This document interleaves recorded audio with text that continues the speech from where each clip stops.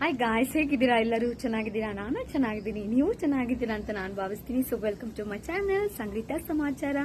So after very long time ನಾನೊಂದು vlog ಮಾಡ್ತಾ ಇದ್ದೀನಿ. ಬಿಕಾಸ್ ಇಷ್ಟು ದಿನ ಹೇಳಬೇಕು ಅಂದರೆ ಪಾಪು ಹುಷಾರಿರಲಿಲ್ಲ, ಅವಳಿಗೆ ಸ್ವಲ್ಪ ಅಡ್ಮಿಟ್ ಮಾಡಿದ್ವಿ.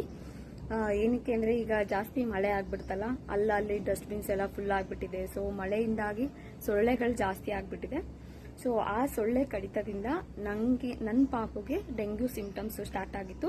ಸೊ ಹೈ ಫೀವರ್ ಇತ್ತು ಅವಳಿಗೆ, ಡೆಂಗ್ಯೂ ಅಂತಲ್ಲ, ಫುಲ್ ಹೈ ಫೀವರ್ ಇತ್ತು. ಸೊ ಹಸ್ಬೆಂಡ್ಗೂ ಹುಷಾರಿರಲಿಲ್ಲ, ಹಾಗಾಗಿ ನಾನು ಸ್ವಲ್ಪ ಡಿಲೇ ಮಾಡಿದೆ, ಸಿರಪ್ ಹಾಕ್ಕೊಂಡು ಡಿಲೇ ಮಾಡಿದೆ. ಬರೀ ಸಿರಪ್ ಹಾಕಿದ್ರೆ ಯಾವುದು ಜ್ವರನೂ ಕ್ಲಿಯರ್ ಆಗಲ್ಲ, ಅದಕ್ಕೆ ಆಂಟಿಬಯೋಟಿಕ್ ಹಾಗೆ ಡಾಕ್ಟರ್ ಸಜೆಷನಿಂದ ಮೆಡಿಕೇಶನ್ ಅಗತ್ಯ ಇರುತ್ತೆ. ನಾನು ನೋಡೋಣ 1-2 ಡೇಸ್ ನೋಡೋಣ ಅಂತ ಹೇಳಿ ನೋಡ್ತಾ ಇದ್ದೆ. ಹಾಗೆ ತಣ್ಣೀರ್ ಬಟ್ಟೆಯಿಂದ ಮೈಯೆಲ್ಲ ಒರೆಸ್ಕೊಂಡು ಒದ್ದೆ ಮಾಡ್ತಾ ಇದ್ದೆ, ಅಷ್ಟು ಹೈ ಫೀವರ್ ಇತ್ತು. ನೈಟ್ ಎಲ್ಲ ನಿದ್ದೆ ಇಲ್ಲ ನಂಗಂತೂ 3 ಡೇಸ್. ಸೊ ಅದಾದ್ಮೇಲೆ ನಾವು ಹಾಸ್ಪಿಟಲ್ಗೆ ಹೋದ್ವಿ. ಡಾಕ್ಟರ್ ಬ್ಲಡ್ ರಿಪೋರ್ಟು ಆ ರಿಪೋರ್ಟ್ ಎಲ್ಲ ಟೆಸ್ಟ್ ಮಾಡಿ ಆದ್ಮೇಲೆ ನೀವು ಅಡ್ಮಿಟ್ ಆಗಲೇಬೇಕು, ಬಿಕಾಸ್ ಸಿಂಪ್ಟಮ್ಸ್ ಸ್ಟಾರ್ಟ್ ಆಗಿದೆ, ನಿಮಗೆ ಲೇಟ್ ಮಾಡಬೇಡಿ, ರಿಸ್ಕ್ ತಗೋಬೇಡಿ ಅಂತ ಹೇಳಿದ್ರು. ಸೊ ಹಾಗಾಗಿ ನಾವು ಇನ್ನೊಂದು ಯೋಚನೆ ಮಾಡಿದೆ, ನಾವು ಅಡ್ಮಿಟ್ ಆದ್ವಿ. ಹಸ್ಬೆಂಡ್ಗೂ ಅಲ್ಲೇ ಚೆಕಪ್ ಮಾಡಿದ್ವಿ, ಹಸ್ಬೆಂಡು ಓಕೆ ಆದ್ರು. ಇವಾಗ ಪಾಪುನು ಟೋಟಲಿ ಫೈನ್, ಚೆನ್ನಾಗಿ ಆಟ ಆಡ್ತಾ ಇದ್ದಾಳೆ, ಊಟ ಚೆನ್ನಾಗೆಲ್ಲ ಮಾಡ್ತಾ ಇದ್ದಾಳೆ. ಸೊ ಹಾಗಾಗಿ ಅಲ್ಲಿ ಇರೋ ಸಿಚುವೇಶನ್ಗೆ ಕೈಗೆಲ್ಲ ಇಂಜೆಕ್ಷನ್ ಇದು ಡ್ರಿಪ್ಸ್ ಎಲ್ಲ ಹಾಕ್ಸ್ಕೊಂಡು ವಿಡಿಯೋ ಮಾಡೋಕ್ಕೆ ವ್ಲಾಗ್ ಮಾಡೋಕ್ಕಂತೂ ಚಾನ್ಸೇ ಇಲ್ಲ. ಏನಕ್ಕಂದ್ರೆ ಮನಸ್ಸು ಹಗುರ ಇರಬೇಕು, ಒಂಥರ ನೆಮ್ಮದಿ ಇರಬೇಕು, ವ್ಲಾಗ್ ಮಾಡಲಿಕ್ಕೆ ಕ್ಲಿಯರ್ ಆಗಿರಬೇಕು. ಎಲ್ಲ ಟೆನ್ಷನಲ್ಲಿ ಮಾಡಲಿಕ್ಕೂ ಆಗಲ್ಲ. ಆ ಸಿಚುವೇಶನ್ ಅಲ್ಲಿ ಯಾವುದು ಬೇಡಪ್ಪ, ಪ್ರೊಫೆಷನ್ ಬೇಡ, ವರ್ಕ್ ಬೇಡ, ಏನು ಬೇಡ ಅನ್ನೋ ಥರ ಆಗ್ಬಿಡುತ್ತೆ. ಸೊ ಹುಷಾರಾಗಿದ್ರೆ ಎಲ್ಲಾನು ಹುಷಾರಾಗಿರುತ್ತೆ. ಫಸ್ಟು ಹೆಲ್ತ್ ಈಸ್ ಇಂಪಾರ್ಟೆಂಟ್ ಅಂತ ಹೇಳ್ತೀನಿ. ಸೊ ಈ ಮಳೆಗಾಲದಲ್ಲಿ ನೀವು ಆದಷ್ಟು ಮಸ್ಕಿಟೋ ಕಾಯಿಲ್ಸ್ ಹಾಕೋದಾಗ್ಲಿ, ಮಸ್ಕಿಟೋ ಅಂದ್ರೆ ಏನೇನು ಮುಂಜಾಗ್ರತೆ ತಗೋಬೇಕು. ಇನ್ನೊಂದು ಟಿಪ್ ಹೇಳ್ಬೇಕಂದ್ರೆ, ಮಕ್ಕಳಿಗೆ ಸೊಳ್ಳೆ ಕಚ್ಚಬಾರ್ದು ಅಂದ್ರೆ ಹೋಮ್ ರೆಮಿಡಿ ಯಾವ ತರ ಮಾಡಬೇಕು ಅಂತ ನಿಮ್ ಜೊತೆ ಶೇರ್ ಮಾಡ್ತಾ ಇದ್ದೀನಿ. ಏನಿಲ್ಲ, ನೀಮ್ ಆಯಿಲ್ ಹಾಗೆ ಸ್ವಲ್ಪ ಕೊಕೊನಟ್ ಆಯಿಲ್, ಕರ್ಪೂರ ಅಂತ ಬರುತ್ತಲ್ಲ, ಆ ಕರ್ಪೂರನ ಜುಜ್ಜಿ ಒಂದು ಬಾಟ್ಲಲ್ಲಿ ಹಾಕಿ ಸ್ಪ್ರೇ ಬಾಟಲಿಂದ ಸ್ಪ್ರೇ ಮಾಡಿದ್ರೆ ಸಾಕು, ಕೈ ಕಾಲ್ಗೆ ಸೊಳ್ಳೆ ಕಡಿಯಲ್ಲ. ಸೊ ಇದು ಒಂದು ಹೋಮ್ ರೆಮಿಡಿ ನಿಮ್ಗೆ ಹೇಳ್ತಾ ಇದ್ದೀನಿ. ಮನೆಯಲ್ಲಿ ಚಿಕ್ಕ ಮಕ್ಕಳಿದ್ರೆ ಈ ರೆಮಿಡಿ ಟ್ರೈ ಮಾಡಿ, ಖಂಡಿತ ಹೆಲ್ಪ್ ಆಗುತ್ತೆ. ಬಿಕಾಸ್ ನಾನು ಕೂಡ ಟ್ರೈ ಮಾಡಿದ್ದೆ ಈಗ ರೀಸೆಂಟ್ ಆಗಿ, ಪರವಾಗಿಲ್ಲ. ಅವಳಿಗೆ ಸ್ವಲ್ಪ ಏನಾದರೂ ಮಸ್ಕಿಟೋ ಬೈಟ್ ಆಗ್ಬಿಟ್ರೆ ರೆಡ್ ಕಲರ್ ಅಲ್ಲಿ ಮಾರ್ಕ್ ಆಗ್ಬಿಡ್ತಿತ್ತು. ಸೊ ಅದು ಟ್ರೈ ಮಾಡಿದಾಗಿಂದ ಮಸ್ಕಿಟೋ ಬೈಟ್ಸ್ ಆಗ್ತಾ ಇಲ್ಲ. ಸೊ ಅದನ್ನೇ ನಿಮ್ ಜೊತೆ ಹೇಳ್ತಾ ಇದ್ದೀನಿ. ಸೊ ಆದಷ್ಟು ಮುಂಜಾಗ್ರತೆ ತಗೊಳ್ಳಿ. ಸ್ವಲ್ಪ ಜ್ವರ ಬಂತು ಅಂದ್ರೂ ಡಾಕ್ಟರ್ನ ಕನ್ಸಲ್ಟ್ ಮಾಡಿ, ಏನಿದೆ ಮೆಡಿಕೇಶನ್ಸ್ ತಗೊಳ್ಳಿ, ಡಿಲೇ ಮಾಡಬೇಡಿ. ಬಿಕಾಸ್ ಈಗ ಕಾಲ ಸರಿ ಇಲ್ಲ, ಏನೋ ಒಂದು ಜಾಸ್ತಿ ರೋಗಗಳೇ ಸ್ಟಾರ್ಟ್ ಆಗ್ತದೆ ಈ ಎನ್ವಿರಾನ್ಮೆಂಟ್ಗೆ. ಸೊ ಆದಷ್ಟು ಹುಷಾರಾಗಿರಿ, ಹೆಲ್ತ್ನ ಚೆನ್ನಾಗಿ ನೋಡ್ಕೊಳ್ಳಿ ಅಂತ ಹೇಳಲಿಕ್ಕೆ ಇಷ್ಟಪಡ್ತೀನಿ. ಸೊ ಬನ್ನಿ ಇವತ್ತಿನ ವ್ಲಾಗ್ನ ಸ್ಟಾರ್ಟ್ ಮಾಡೋಣ. ಇವತ್ತಿನ ವ್ಲಾಗಲ್ಲಿ ನನ್ನ ಗಾರ್ಡನ್ ಅಪ್ಡೇಟ್ ತೋರಿಸ್ತಾ ಇದ್ದೀನಿ. ಬಾಳೆ ಗಿಡದಲ್ಲಿ ಹೂ ಬಂದಿದೆ, ಅದನ್ನು ತೋರಿಸ್ತಾ ಇದ್ದೀನಿ. ಹಾಗೆ ಏನೆಲ್ಲ ಕುಕ್ ಮಾಡ್ತಾ ಇದ್ದೀನಿ, ಹಾಗೆ ಸ್ವಲ್ಪ ಸಿಲ್ವರ್ ಜ್ಯುವೆಲರಿ, ಏನು ಚೈನ್, ಕಾಲ್ ಚೈನ್ ಅಂತಾರಲ್ಲ, ಅದೆಲ್ಲ ಕ್ಲೀನ್ ಮಾಡೋದಿದೆ. ಯಾವ ತರ ಕ್ಲೀನ್ ಮಾಡೋದು ಅಂತ ಕೂಡ ನಿಮ್ ಜೊತೆ ಶೇರ್ ಮಾಡ್ತಾ ಇದ್ದೀನಿ. ಸೊ ಬನ್ನಿ ಇವತ್ತಿನ ವ್ಲಾಗ್ ಯಾವ ತರ ಹೋಗುತ್ತೆ ಅಂತ ನಿಮ್ ಜೊತೆ ಶೇರ್ ಮಾಡ್ತಾ ಇದ್ದೀನಿ. ಹಾಗೆ ಈ ವ್ಲಾಗ್ ಇಷ್ಟ ಆಗಿದ್ರೆ ಪ್ಲೀಸ್ ಲೈಕ್ ಮಾಡಿ, ಹಾಗೆ ಸಬ್ಸ್ಕ್ರೈಬ್ ಮಾಡ್ಕೊಳ್ಳಿ. ಇಲ್ಲಿ ನೀವು ನೋಡ್ತಿರೋದು ಇದು ಸಬ್ಸಿಗೆ ಗಿಡ. ಲಾಸ್ಟ್ ಟೈಮ್ ಕೂಡ ತಂತಾನೆ ಬೀಜ ಹಾಕಿ ಬಂದಿತ್ತು, ಚೆನ್ನಾಗಿ ಬಂದಿತ್ತು, ಜಾಸ್ತಿ ಆಗಿತ್ತು. ಹಾಗೆ ಈ ಸಲನೂ ಸ್ವಲ್ಪ ಬೀಜಗಳನ್ನ ಹಾಕಿದ್ದೆ, ಹಾಗಾಗಿ ಸ್ವಲ್ಪ ಅದೇ ಮಳೆಗೆ ಚೆನ್ನಾಗಿ ಬರ್ತಾ ಇದೆ. ಹಾಗೆ ಇದು ತುಳಸಿ ಗಿಡ, ನಮ್ಮ ಮನೆಯಲ್ಲಿರೋಂಥ ಒಂದು ತುಳಸಿ ಗಿಡಕ್ಕೆ ಬೀಜ ಕೆಳಗೆ ಬಿದ್ದು ಅದಕ್ಕೆ ಆಗಿತ್ತು. ಸೊ ಅದನ್ನು ತೆಗೆದು ನಾನು ಪಾಟಲ್ಲಿ ಹಾಕಿಟ್ಟಿದ್ದೀನಿ. ಬಿಕಾಸ್ ಎಲ್ಲಾದರೂ ಹೋಗೋದಿದ್ರೆ ಬೇರೆಯವ್ರಿಗಾದರೂ ಕೊಡಲಿಕ್ಕಾಗುತ್ತೆ. ನನ್ನ ಫ್ರೆಂಡ್ ಒಬ್ಬರು ಕೇಳ್ತಾಯಿದ್ರು, ಸೊ ಹಾಗೆ ಕೊಡೋಣ ಅಂತ. ಇದು ಸೋರೆಕಾಯಿ ಬಳ್ಳಿ, ಅದು ಅಂದರೆ ದೊಡ್ಡ ರೌಂಡ್ ಬೆಟರ್ ಗಾರ್ಡ್ ಅಂತಾರಲ್ಲ, ಸ್ಪಾಂಜ್ ಗಾರ್ಡು ಅದು.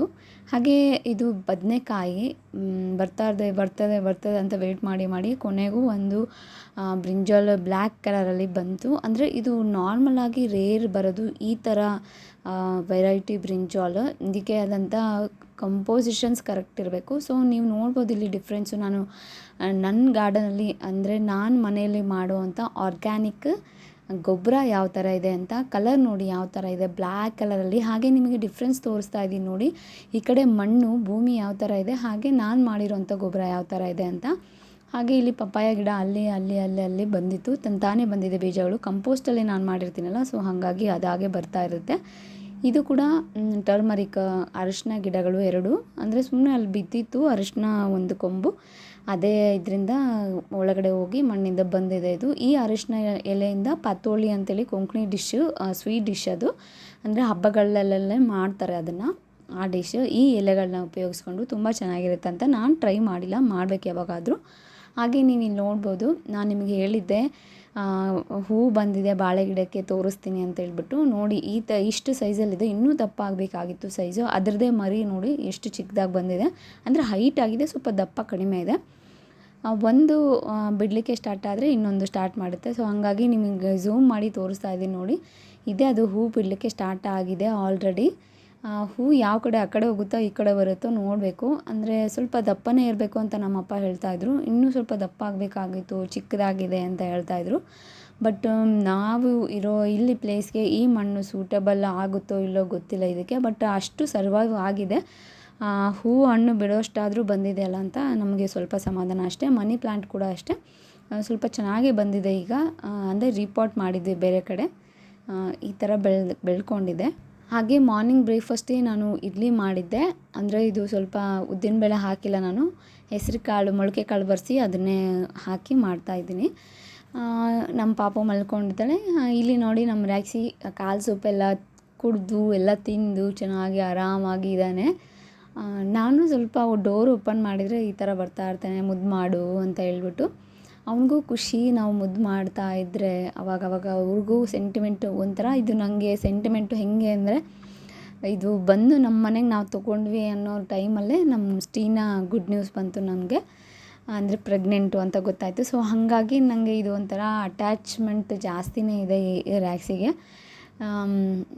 ಒಂಥರ ಒಳ್ಳೆ ಸಂಕೇತ ಅಂತ ಅನ್ನಿಸ್ತು ನನಗೆ. ಸೊ ಅದು ನಾವು ಫಸ್ಟ್ ಟೈಮ್ ಈ ಥರ ಲ್ಯಾಬ್ರಾಡೋರ್ ನಾವು ಸಾಕ್ತಾ ಇರೋದು, ಇದೇ ಫಸ್ಟ್ ಟೈಮು. ಸೊ ಹಂಗಾಗಿ ಒಂಥರ ಅಟ್ಯಾಚ್ಮೆಂಟ್ ಇರುತ್ತಲ್ಲ, ನಮ್ಮ ನಾಯಿಗಳು ನಮ್ಮದೇ ಅಂತೇಳಿ. ನಾಯಿ ಅಂತ ನಾವು ಟ್ರೀಟ್ ಮಾಡಲ್ಲ, ನಮ್ಮದೇ ಮಗು, ನಮ್ಮ ಮನೇಲೇ ಇರೋವಂಥ ಮಗು ಅನ್ನೋ ಥರ ಟ್ರೀಟ್ ಮಾಡ್ತೀವಿ. ಅದು ಕೂಡ ಅಷ್ಟೇ, ಎಷ್ಟೇ ದೊಡ್ಡದಾದ್ರೂ ಸ್ವಲ್ಪ ಮುದ್ದು ಮಾಡು, ಪ್ರೀತಿ ತೋರಿಸು ಅಂತೂ ಅದು ಎಕ್ಸ್ಪೆಕ್ಟ್ ಮಾಡುತ್ತೆ. ನಾವು ಕೊಡೋದ್ರಲ್ಲಿ ಏನು ತಪ್ಪಿಲ್ಲ, ಏನಕ್ಕಂದರೆ ಅದು ಒಂದು ಮೂಕ ಪ್ರಾಣಿ ಅಲ್ವಾ. ಅದಕ್ಕೆ ನಮ್ಮ ಬಿಟ್ಟರೆ ಇನ್ಯಾರಿಲ್ಲ, ಅಪ್ಪ ಇರಲ್ಲ, ಅಮ್ಮ ಇರಲ್ಲ, ನಮ್ಮನ್ನೇ ನಂಬ್ಕೊಂಡು ನಮ್ಮ ಜೊತೆನೇ ಜೀವನ ಮಾಡುತ್ತೆ ಅದು ಒಂದು. ಸೊ ಹಾಗಾಗಿ ಅವಾಗವಾಗ ಬರ್ತಾ ಇರುತ್ತೆ, ಸ್ನ್ಯಾಕ್ಸ್ ಕೊಡ್ತಾ ಇರ್ತೀನಿ ಅನಿಸ್ತದೆ.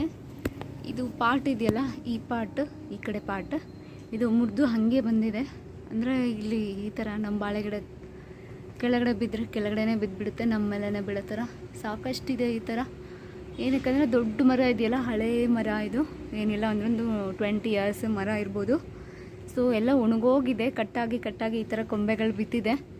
ನಾವು ಹೇಳಿದ್ದೀವಿ ನಮ್ಮ ಅಡ್ಮಿನ್ ಅವ್ರಿಗೆ, ಕಂಪ್ನಿ ಇನ್ಚಾರ್ಜ್ ಇರ್ತಾರಲ್ಲ ಅವ್ರಿಗೆ ಹೇಳಿದ್ದೀವಿ ಕಟ್ ಮಾಡಲಿಕ್ಕೆ. ಟ್ರೀ ಕಟ್ಟಿಂಗ್ ಮಾಡ್ತಾರೆ, ಟೋಟಲ್ ಟ್ರೀ ಕಟ್ಟಿಂಗ್ ಮಾಡಲ್ಲ, ಬಟ್ ಅಲ್ಲಲ್ಲಿ ಟ್ರಿಮ್ಮಿಂಗ್ ಮಾಡ್ತಾರೆ ಅಂತ ಹೇಳಿದ್ದಾರೆ. ಬರ್ತಾರೆ, ಕಂಪ್ಲೇಂಟ್ ರೈಸ್ ಮಾಡಿದ್ದೀವಿ 2-3 ಸಲ, ಯಾವಾಗ ಬರ್ತಾರೋ ಗೊತ್ತಿಲ್ಲ. ಬಂದು ನೋಡ್ಕೊಂಡು ಹೋಗಿದ್ರು, ಬಟ್ ಕಟ್ ಮಾಡಬೇಕು ಟ್ರೀ ಅಂತ ಹೇಳ್ಬಿಟ್ಟು ಹೋದ್ರು ವಾಪಸ್ಸು, ಮತ್ತೆ ಬರಲಿಲ್ಲ. ಮತ್ತೆ ಇನ್ನೊಂದು ಸಲ ರೈಸ್ ಮಾಡಿದ್ದೀವಿ, ಮತ್ತೆ ಬರ್ತಾರೆ, ಯಾವಾಗ ಬರ್ತಾರೋ ನೋಡಬೇಕು. ಅದೇ ಆ ಮರ ಏನಾದರೂ ಕಡಿಸ್ಬಿಟ್ರೆ ನಮ್ಮ ಗಿಡದ ಮೇಲೇ ಬಿದ್ದುಬಿಡುತ್ತೆ. ಸೊ ಹಾಗಾಗಿ ಟ್ರಿಮ್ಮಿಂಗ್ ಮಾಡಿಸಿದ್ರೆ ಬೆಟರು ಅಂತ ನಾವು ಅಂದ್ಕೊಂಡಿದ್ದೀವಿ. ಬಂದು ಟ್ರಿಮ್ಮಿಂಗ್ ಮಾಡಿದರೆ ಸಾಕು, ಬಿಕಾಸ್ ಜಾಸ್ತಿ ಗಾಳಿ ಮಳೆ ಎಲ್ಲ ಬಂದಾಗ ನಮ್ಮ ಮೇಲೇ ಬೀಳುತ್ತೆ. ಎಷ್ಟೋ ಕಟ್ಟಿಗೆಗಳೆಲ್ಲ ಬಿದ್ದಿತ್ತು. ಸೊ ಹಂಗಾಗಿ ನಾವು ತೆಗ್ದು ಈ ಥರ ಸ್ಟೋರ್ ಮಾಡ್ತೀವಿ, ಇಲ್ಲ ಈ ಥರ ಇಟ್ಕೊಂಡ್ಬಿಡ್ತೀವಿ. ಏನಕ್ಕಂದರೆ ಬೆಂಕಿ ಹಾಕ್ಲಿಕ್ಕಾಗುತ್ತೆ. ಇಲ್ಲಿ ಪಾಪುಗೆ ದೃಷ್ಟಿ ತೆಗೆದಾಗ ಇಲ್ಲಿ ಬೆಂಕಿ ಹಾಕ್ಬೋದು ಅಂತ ಇತ್ತಲ್ಲ. ನೇಮಿಂಗ್ ಸೆರೆಮನಿಗೆ ಎಲ್ಲ ಗಿಫ್ಟ್ ಬಂದಿತ್ತು. ಇದು ಹಾಕ್ಕೊಂಡೇ ಇಲ್ಲ ಅವಳು ಒಂದು ಸಲನೂ, ಬಟ್ ಬ್ಲ್ಯಾಕ್ ಆಗಿಬಿಟ್ಟಿದೆ. ಇದು ನನ್ನದು ಚೈನು, ಕಾಲು ಚೈನ್ ಇದು. ಇದನ್ನು ಸ್ವಲ್ಪ ಡಾರ್ಕ್ ಆಗಿದೆ, ಹಾಗಾಗಿ ಸ್ವಲ್ಪ ಕ್ಲೀನ್ ಮಾಡೋಣ ಅಂತ ಮಾಡ್ತಾಯಿದ್ದೀನಿ. ಇದೂ ಅಷ್ಟೇ ಹೊಸದು, ಇದು ಹಾಕ್ಕೊಂಡೇ ಇಲ್ಲ ಅವಳು. ಇವರು ನಮ್ಮ ಹಸ್ಬೆಂಡ್ ಅವರು, ಅಣ್ಣ ಅವರು ಗಿಫ್ಟ್ ಮಾಡಿದ್ದಿದ್ದು. ಹಾಕ್ಕೊಂಡೇ ಇಲ್ಲ ಇವಳು, ಸ್ವಲ್ಪ ಡಾರ್ಕ್ ಆಗಿಬಿಟ್ಟಿದೆ. ಸೊ ಹಾಗಾಗಿ ಕ್ಲೀನ್ ಮಾಡೋಣ ಅಂತ ಸ್ವಲ್ಪ. ಇವಾಗ ಆಲ್ಮೋಸ್ಟ್ ಅವಳು ಚೈನ್ ಜಾಸ್ತಿ ಬಿದ್ದಿತ್ತು, ಕಾಲು ಚೈನ್ ಜಾಸ್ತಿ ಇದೆ, ಒಂದು 6 or 7 ಕಾಲು ಚೈನ್ ಬಿದ್ದಿತ್ತು. ಸೊ ಅದನ್ನೇ ಕ್ಲೀನ್ ಮಾಡೋಣ ಅಂತ. ಭಾಳ ಡಾರ್ಕ್ ಅನ್ನಿಸ್ತದೆ. ಅಟ್ಲೀಸ್ಟ್ ಇದು ಹೊಸದು ಹಾಕ್ಕೊಂಡೇ ಇರೋದಾದರೂ ಕ್ಲೀನ್ ಮಾಡೋಣ, ಹಾಕ್ಕೊಳ್ಳಿಕ್ಕಾಗುತ್ತೆ ಅವಳಿಗೆ ಅಂತ. ಹಾಗೆ ಇಟ್ಟಿದ್ದೀವಲ್ಲ, ಅದೇ ಥರ ಆಗ್ಬಿಟ್ಟಿದೆ, ಅದು ಅದೇ ಕಲರಲ್ಲಿ ಬಂದುಬಿಟ್ಟಿದೆ. ಒಳ್ಳೆ ಕ್ವಾಲಿಟಿ ಚೆನ್ನಾಗಿ ತೊಗೊಂಡ್ರೆ ಬೇಗ ಇದಾಗಲ್ಲ ಅದು. ಬಟ್ ನಾರ್ಮಲ್ ಒಂದು ರೇಂಜ್ ಕ್ವಾಲಿಟಿಯಲ್ಲಿದ್ದರೆ ಬೇಗ ಬ್ಲ್ಯಾಕ್ ಆಗಿಬಿಡುತ್ತೆ. ಸೊ ಇದನ್ನೇ ಕ್ಲೀನ್ ಮಾಡೋಣ. ಯಾವ ಥರ ಕ್ಲೀನ್ ಮಾಡೋದು ಅಂತ ನಿಮ್ಮ ಜೊತೆ ತೋರಿಸ್ತೀನಿ, ಓಕೆನಾ?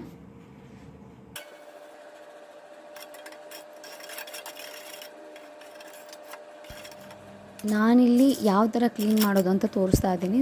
ಸ್ವಲ್ಪ ವಾಟರ್ ತೊಗೊಂಡಿದ್ದೀನಿ. ಸ್ವಲ್ಪ ಬೆಚ್ಚಗಾದಮೇಲೆ 1 ಸ್ಪೂನಷ್ಟು ಸಾಲ್ಟ್, ಹಾಗೆ 1 ಸ್ಪೂನಷ್ಟು, ಹಾಫ್ ಸ್ಪೂನ್ ಆದರೂ ಪರವಾಗಿಲ್ಲ, ಸೋಡಾ ಹಾಕಿ, ಬೇಕಿಂಗ್ ಸೋಡಾ ಮನೇಲಿ ಯೂಸ್ ಮಾಡ್ತೀವಲ್ಲ ಆ ಬೇಕಿಂಗ್ ಸೋಡಾ ಹಾಕಿ ಮಿಕ್ಸ್ ಮಾಡಿ ಚೆನ್ನಾಗಿ, ಯಾವುದ್ಯಾವುದು ಕಲರ್ ಆಗಿದೆ, ಕಲರ್ ಬ್ಲ್ಯಾಕ್ ಕಲರಲ್ಲಿದೆ ಜ್ಯುವೆಲ್ಲರಿ, ಅದನ್ನು ಆ್ಯಡ್ ಮಾಡಿ ಸ್ವಲ್ಪ ಹೊತ್ತು ಬಿಟ್ಟರೆ ಸಾಕು. ಹೇಳಿ ನಾನೇನು ತಿನ್ನಲ್ಲ, ಅವ್ರಿಗಷ್ಟೇ ಮಾಡ್ತಾ ಇರೋದು. ನನಗೆ ಸಪ್ರೇಟು, ಅವ್ರಿಗೆ ಸಪ್ರೇಟ್ ಮಾಡ್ತೀನಿ. ನೀವು ನೋಡ್ಬೋದು ಎಷ್ಟು ದೊಡ್ಡದಾಗಿದೆ ಅಂತ.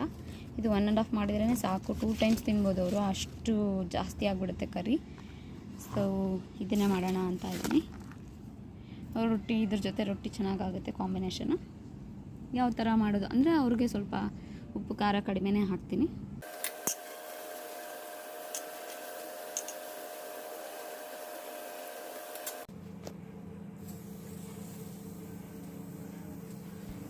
ಇಲ್ಲಿ ಕಟ್ ಮಾಡಿರೋ ಅಂಥದ್ದನ್ನು ನಾನು ಫ್ರೈ ಮಾಡ್ಕೊತೀನಿ ಚೆನ್ನಾಗಿ ತವಾ ಮೇಲೆ. ಏನಕ್ಕೆ ಅಂದರೆ ಅದು ಸ್ವಲ್ಪ ಕಹಿ ಅನ್ನೋದು ಹೋಗುತ್ತೆ. ಚೆನ್ನಾಗಿ ಫ್ರೈ ಆದಮೇಲೆ ಈ ಥರ ಕಲರ್ ಬಂದಾದಮೇಲೆ ನಾನು ಕರಿಗೆ ಯೂಸ್ ಮಾಡ್ತೀನಿ. ಏನಕ್ಕೆ ಟೇಸ್ಟ್ ಅನ್ನೋದು ಚೆನ್ನಾಗಿ ಬರುತ್ತೆ. ಬೆಂಡೆಕಾಯಿ ಆಗಲಿ ಹಾಗಲಕಾಯಿ ಆಗಲಿ ಫ್ರೈ ಮಾಡಿದ್ರೇ ಚೆನ್ನಾಗಿ ಟೇಸ್ಟ್ ಬರುತ್ತೆ. ಸೊ ನಾನು ಇದಕ್ಕೆಲ್ಲ ಆನಿಯನ್ ತೊಗೊಂಡಿದ್ದೀನಿ, ಸ್ವಲ್ಪ ಗಾರ್ಲಿಕ್, ಹಾಗೆ ಕೊಬ್ಬರಿ ತೊಗೊಂಡಿದ್ದೀನಿ. ಕೊಬ್ಬರಿ ಆಪ್ಷನಲ್ಲು, ನಮ್ಮ ಹಸ್ಬೆಂಡ್ಗೆ ಇಷ್ಟ ಅಂತೇಳಿ ಕೊಬ್ಬರಿ ಆ್ಯಡ್ ಮಾಡ್ತಾಯಿದ್ದೀನಿ. ಹಾಗೆ ನಾನಿಲ್ಲಿ ಸಾಂಬಾರು ಮಾಡಲಿಕ್ಕೆ ಒಂದು ಪಾಲಕ್ ಸೊಪ್ಪು ಹಾಗೆ ಬೇಳೆ ಇದು ಹಾಕಿ ಮಾಡ್ತಾಯಿದ್ದೀನಿ. ನಾರ್ಮಲ್ ಸಾಂಬಾರೇ ಇದು. ಹಾಗಲಕಾಯಿ ಪಲ್ಯ ರೆಡಿ ಆಯಿತು, ಇಷ್ಟೇ, ಇನ್ನೇನಿಲ್ಲ. ಸ್ವಲ್ಪ ಬಾಡಿಸ್ಕೊಳ್ಳೋದು ಅಷ್ಟೇ, ಇನ್ನೇನಿಲ್ಲ. ಜಾಸ್ತಿ ಮಾಡಬೇಕು, ಜಾಸ್ತಿ ಐಟಮ್ಸ್ ಬೇಕು ಅಂತ ಏನಿಲ್ಲ. ನಾರ್ಮಲ್ ಪ್ರೊಸೀಜರೇ, ಮನೇಲಿ ಯಾವ ಥರ ಮಾಡ್ಕೋತೀವಿ ಅದೇ ಥರ ಪ್ರೊಸೀಜರು. ಅಷ್ಟರಲ್ಲೇ ನಾನು ರೊಟ್ಟಿ ಮಾಡಲಿಕ್ಕೆ ರೆಡಿ ಮಾಡ್ತಾಯಿದ್ದೀನಿ. ನೀವು ರೊಟ್ಟಿ ಮಿಲ್ಲಿಂದ ಹಾಕ್ಸ್ಕೊಂಡು ಬಂದಾದಮೇಲೆ ಹಂಗೆ ನಾರ್ಮಲ್ ನೀರು ಹಾಕಿ ಮಾಡ್ಬೋದು. ಇಲ್ಲ ನೀವು ಲಟ್ಟಣಿಕೆಯಿಂದ ಲಟ್ಟಿಸ್ತೀನಿ ಅಂತಂದರೆ ನೀವು ಸ್ವಲ್ಪ ಕುದಿಯೋ ನೀರೆಲ್ಲ ಹಾಕಿ ಕಲಸಿ ಮಿಕ್ಸ್ ಮಾಡಿ ಲಟ್ಟಣಿಕೆಯಿಂದ ಮಾಡಬೇಕಾಗುತ್ತೆ. ನನಗೆ ಕೈಯಲ್ಲಿ ಬಡಿಲಿಕ್ಕೆ ಬರುತ್ತೆ, ಸೊ ಹಾಗಾಗಿ ಕೈಯಲ್ಲಿ ಮಾಡಿ ಅಭ್ಯಾಸ ಇರೋದ್ರಿಂದ ಕೈಯಲ್ಲೇ ಮಾಡ್ತೀನಿ ನಾನು.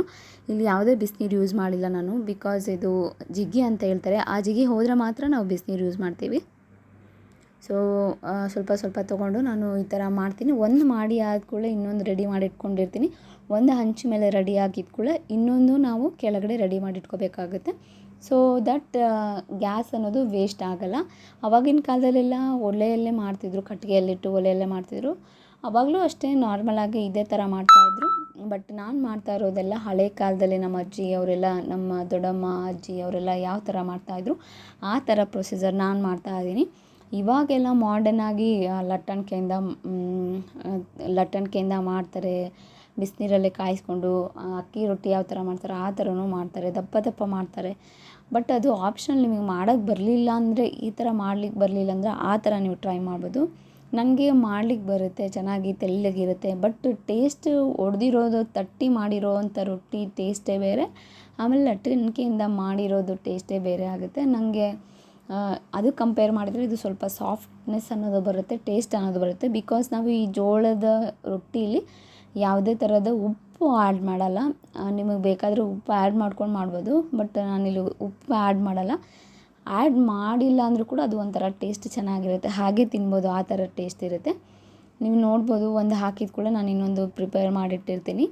ಇದು ಮಾಡಿ ಅಭ್ಯಾಸ ಇರೋದ್ರಿಂದ ನಾನು ಮಾಡ್ತಾಯಿದ್ದೀನಿ. ಪಾಪು ಕೂಡ ಸ್ವಲ್ಪ ಆಟ ಆಡೋದು, ಪಾಪನೂ ನೋಡಬೇಕು, ಅವಳು ಏನು ಮಾಡ್ತಾ ಇರ್ತಾಳೆ ನೋಡ್ತಾ ಇರಬೇಕು, ಒಂದು ಕಣ್ಣು ಇಟ್ಟಿರಬೇಕು. ಏನಕ್ಕಂದರೆ ಕಲ್ಲೆಲ್ಲ ಬಾಯಲ್ಲಿ ಹಾಕ್ಕೊಳ್ಳೋದು, ಯಾವುದಾದ್ರೂ ಕ್ಯಾಪ್ ಇದ್ದರೆ ಅದನ್ನು ಬಾಯಲ್ಲಿ ಹಾಕ್ಕೊಳ್ಳೋದು, ಆ ಥರ ಎಲ್ಲ ಮಾಡ್ತಾಳೆ. ಈಗ ಸ್ವಲ್ಪ ಭಾಳ ನಾಟಿ ಆಗಿಬಿಟ್ಟಿದ್ದಾಳೆ, ಮಾತು ಕೇಳಲ್ಲ. ಈಗ ಏನು ಸಿಕ್ಕರೂ ಬಾಯಲ್ಲಿ ಹಾಕ್ಕೊಂಬಿಡ್ತಾಳೆ, ಏನು ಬೇಕದು ಓಪನ್ ಮಾಡ್ತಾ ಇರ್ತಾಳೆ. ಆಮೇಲೆ ಸಿರಪ್ ಎಲ್ಲ ಕುಡಿಯೋದು ಮಾಡ್ತಾಳೆ, ಲೈಜಾಲು ಅದು ಇದು, ಭಾಳ ಕಿರಿಕಿರಿ, ಅಂದರೆ ಭಾಳ ತುಂಟಿ ಆಗಿಬಿಟ್ಟಾಳೆ ಈಗ. ಸೊ ಹಾಗಾಗಿ ಜಾಸ್ತಿ ಕಣ್ಣಿಟ್ಟಿರಬೇಕು. ಹಾಗಾಗಿ ನಾನು ಚೆಕ್ ಮಾಡ್ತಾ ಇರ್ತೀನಿ, ಮಾಡ್ತಾಯಿದ್ರು ಹೋಗಿ ಚೆಕ್ ಮಾಡ್ತಾ ಇರ್ತೀನಿ. ಬಟ್ ಆಲ್ಮೋಸ್ಟ್ ರೊಟ್ಟಿ ಮಾಡಲಿಕ್ಕೆ ಅವಳು ಬಿಡಲ್ಲ. ಇವತ್ತೇನು ಮಾಡಬೇಕಾದ್ರೆ ಸ್ವಲ್ಪ ಆಟ ಆಡ್ತಾಯಿದ್ಲು ನೀರಲ್ಲಿ, ಹಾಗಾಗಿ ಮಾಡಿದ್ದೀನಿ. ಸೊ ಫೈನಲಾಗಿ ನೋಡ್ಬೋದು ರೊಟ್ಟಿ ಯಾವ ಥರ ಪ್ರಿಪೇರ್ ಮಾಡಿದ್ದೀನಿ ಅಂತ. ತೆಳ್ಳಗೆ ಸಾಫ್ಟಾಗಿ ಮಾಡ್ಬೋದು, ಅಂದರೆ ಅಭ್ಯಾಸ ಮಾಡ್ತಾ ಬರುತ್ತೆ ನಿಮಗೆ. ಸೊ ನಾನು ನೆನೆ ಹಾಕಿಟ್ಟಿದ್ನಲ್ಲ ಈ ಚೈನ್ ಎಲ್ಲ ಕ್ಲೀನ್ ಮಾಡಲಿಕ್ಕೆ ಒಂದು 2 to 3 hours ಆದರೂ ಬಿಟ್ಟಿದ್ದೆ ನಾನು ನೆನೆಲಿಕ್ಕೆ. ಅದಾದಮೇಲೆ ಸ್ವಲ್ಪ ಡೆಟಾಲ್ ತೊಗೊಂಡು, ಯಾವುದಾದ್ರೂ ಹಳೆ ಬ್ರಷ್ ಇದ್ದರೆ ಅದನ್ನು ತೊಗೊಂಡು ನಾನು ಚೆನ್ನಾಗಿ ಈ ಥರ ಉಜ್ಕೊತೀನಿ, ಉಜ್ಜಿ ತೊಳಿತೀನಿ. ನೀವು ನೋಡ್ಬೋದು ಕಲರ್ ಅನ್ನೋದು ಕೆಳಗಡೆ ಯೆಲ್ಲೋಯಿಶ್ ಕಲರಲ್ಲಿ ಬಂದಿದೆ. ಅದರಲ್ಲಿರುವಂಥ ಏನು ಡಾರ್ಕ್ನೆಸ್ ಅನ್ನೋದು ಸ್ವಲ್ಪ ಬಿಟ್ಕೊಂಡಿರುತ್ತೆ. ಸೋಡಾ ನಾವು ಉಪ್ಪು ಹಾಕಿದಾಗ ಅದು ಕೂಡ ಸ್ವಲ್ಪ ಬೆಚ್ಚಗಿರೋ ನೀರಲ್ಲಿ ಹಾಕಿರ್ತೀವಲ್ಲ, ಸೊ ಹಂಗಾಗಿ ಇದಕ್ಕೆ ಬಿಟ್ಕೊಳ್ಳುತ್ತೆ ಸ್ವಲ್ಪ. ತಾಮ್ರದ ವಸ್ತುಗಳು ಯಾವುದೇ ಇರಲಿ ಅದಕ್ಕೆ ಹುಣಸೆ ನೀರಿಂದ ತೊಳಿಬೇಕಾಗುತ್ತೆ.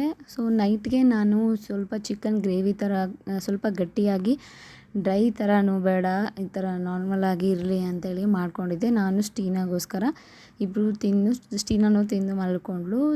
ಸೊ ಗಾಯ್ಸ್, ಈಗ ಟೈಮು 10:30 ಆಯಿತು. ವಾಷಿಂಗ್ ಮಷಿನ್ಗೆಲ್ಲ ಹಾಕಿದೆ. ನಾಳೆ ಬೆಳಗ್ಗೆ ಹಾಕ್ಲಿಕ್ಕಾಗುತ್ತೆ. ಇವತ್ತು ನೈಟ್ ಹಾಕಿಟ್ರೆ ಅಂತೇಳಿ ಪಾತ್ರೆ ಎಲ್ಲ ಕ್ಲೀನ್ ಮಾಡಿ ಆಯಿತು. ಪಾಪುನು ಮಲ್ಕೋತಾ ಇದ್ದಾಳೆ. ಊಟನೂ ಆಯಿತು, ಎಲ್ಲ ಮುಗೀತು. ಈಗ ಪ್ರೇಯರ್ ಮಾಡಬೇಕು. ಈಗ ಪ್ರೇಯರ್ ಮಾಡ್ಕೊಂಡು ಮಲ್ಗೋದೆ, ಇನ್ನೇನಿಲ್ಲ. ಸೊ ಗಾಯ್ಸ್, ಐ ಹೋಪ್ ಈ ವಿಡಿಯೋ ನಿಮಗೆಲ್ಲ ಇಷ್ಟ ಆಗಿದೆ ಅಂತ. ಇಷ್ಟ ಆಗಿದ್ರೆ ಪ್ಲೀಸ್ ಲೈಕ್ ಮಾಡಿ, ಹಾಗೆ ಸಬ್ಸ್ಕ್ರೈಬ್ ಮಾಡ್ಕೊಳ್ಳಿ. Thank you, bye, take care.